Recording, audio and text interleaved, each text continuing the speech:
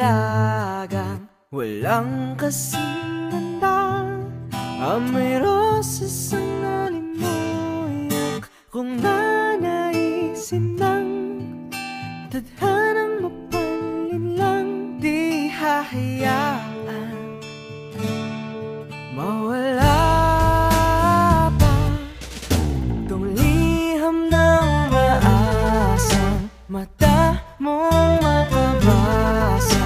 Handang gawin lahat, maging pamilya'y iligawan, na yan lang nakadama ng wagas na pagkamahal. Hiling ka lang naman na tayo na sanang dalawa, siyang huli at ang umpisa. Papatunayan ang unang pag-ibig ay di mawawalan.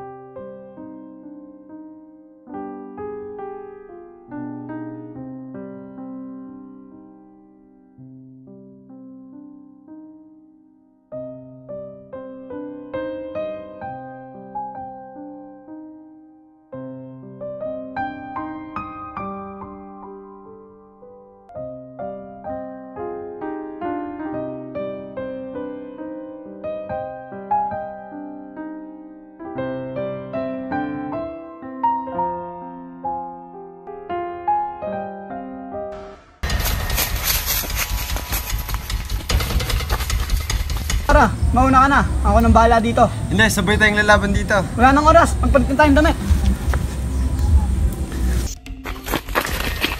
Salamat, hindi ko ito malilimutan.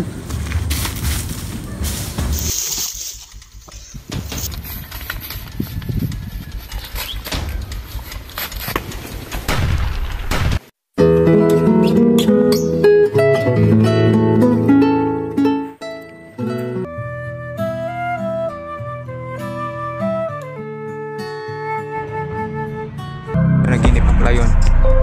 Dinadala na naman ako ng mapait kong nakaraan. Naghihirap ako at nasaktan ng husto. At hindi ako makapapayag na mababaon ang lahat ng iyon sa limot. Maghihiganti ako. At siguraduhin kong malalasap ninyo ang sakit ng matraidor.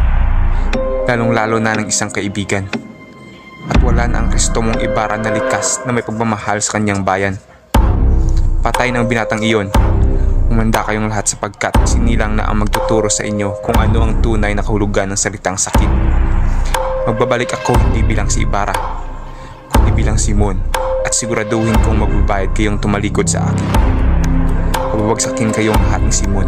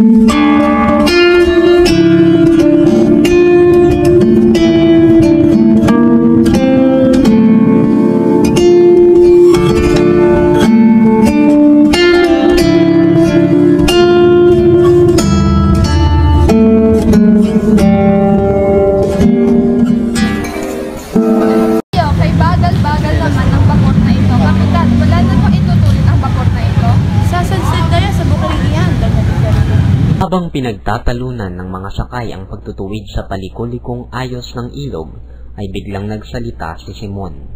Ang lunas ay napakadali. Humukay ng kanal sa Maynila, magbukas ng bagong ilog at tabunan ng ilog Pasig. Sa paano ka lang ito ay malaking pera ang magugugol, Ginoong Simon, at masisira ang mga kabayanan. Wes, sumira! Gamitin ang mga bilanggo at bihag upang walang perang gugugulin sa paggawa. Kung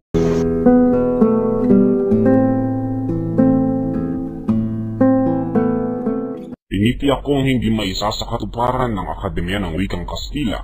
May isa sa katuparan po, Kapitan Basilio. Hinihintay na lamang namin ng pahintulot. Niregaluhan na namin si Padre Irene na... Sasalungatin yan ni Padre Sibila. Bayaan ninyo sa lungatin. Kaya nga naririto iyan sa bapor para makipagkita sa general na nasa Los Baños. Nakakuha mo...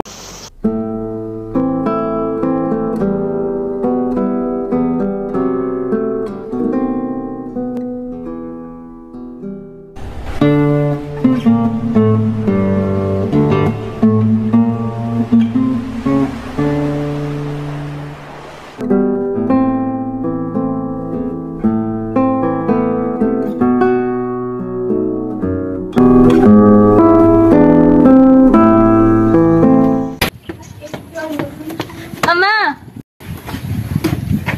Ano po, Lolo? Tawaan ka ng Diyos. Ma, may dumating na po bang sulat galing kay Basilio? Meron na, anak. Ito. Gusto yung mag-aral sa Maynila at malamang masaya dun si Basilio. Gusto mo bang mag-aral din doon? Sige, sa isang taon, doon ka na mag-aral sa Manila. Talaga po, Ama? Salamat po. Mag-isang naiwan si Tandang Selo sa bahay. Pinanood niya ang mga taong nakabihis ng maganda upang magsimba at mamasko. Nang may mga kamag-anak na dumalaw kay Tandang Selo, nagulumihanan siya nang hindi siya makabigkas ni isang salita. Walang maibukang pangungusap sa kanyang mga labi, kundi mga impit na ungol lamang. Nagkagulo ang mga panauhing kamag-anak dahil sa nangyari kay Tandang Selo.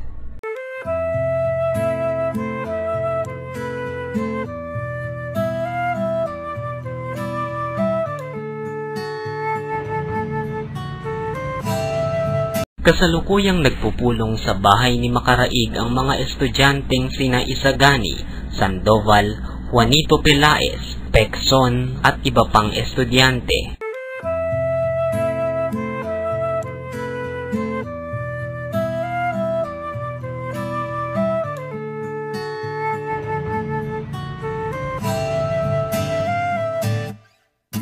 Tungalay kong arana para sa dalagang walang kasing ganda. Amoy rosas ang nalimuyak kung nanaisin ng tadhanang mapalin lang. Di hahayaan mawala pa. Sino ka ba at mo ko sinusundan? Ako to, Ginoong Simon, si Basilio. Wala kang mapapala sa taong walang kahulugan. Huwag hahayaang magkanya sa iba. Kawalan